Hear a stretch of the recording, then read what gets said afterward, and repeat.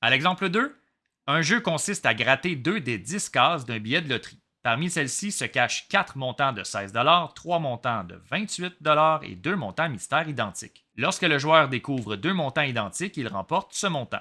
Si les montants sont différents, le joueur perd sa mise. La mise demandée pour jouer à ce jeu est de 6 et son espérance de gain est de moins 1 Détermine la valeur des montants mystères. Donc encore une fois, il y a une inconnue qui va être ici associée à la valeur des montants mystères. On connaît l'espérance de gain. On va servir du calcul de l'espérance de gain pour déterminer l'inconnu. Commençons par remplir le tableau qui se trouve à gauche. On sait qu'on va en avoir besoin. Donc, le résultat de 16 peut être obtenu. La probabilité de l'obtenir, ici, il faut gratter 2 cases identiques. Donc, il y a 4 montants de 16 sur les 10, 4 sur 10.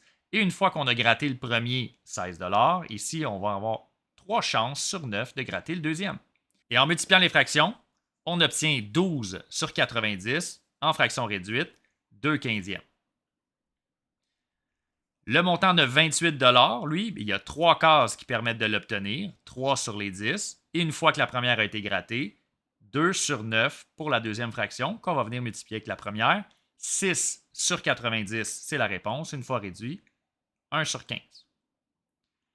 Et finalement, les montants mystères, il y en a 2, donc 2 sur 10, qu'on va multiplier par 1 sur 9, qui va donner 2 sur 90 ou 1 sur 45. Vous remarquez ici qu'on a omis de placer 0 puisque vous l'avez peut-être compris, mais ça n'a aucune incidence dans le calcul de l'espérance de gain. Alors, l'espérance de gain, E, va être la somme des produits, des résultats et des probabilités moins la mise. Donc, 16 multiplié par 2 quinzièmes plus 28 multiplié par 1 quinzième plus X, le montant mystère. Donc, je vais définir tout de suite la variable X comme le montant mystère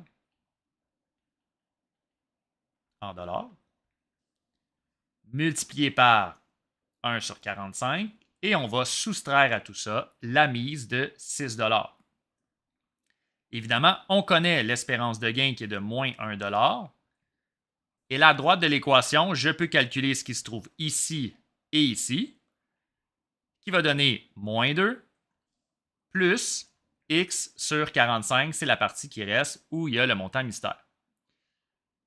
En ajoutant 2 de chaque côté, j'obtiens 1 égale X sur 45.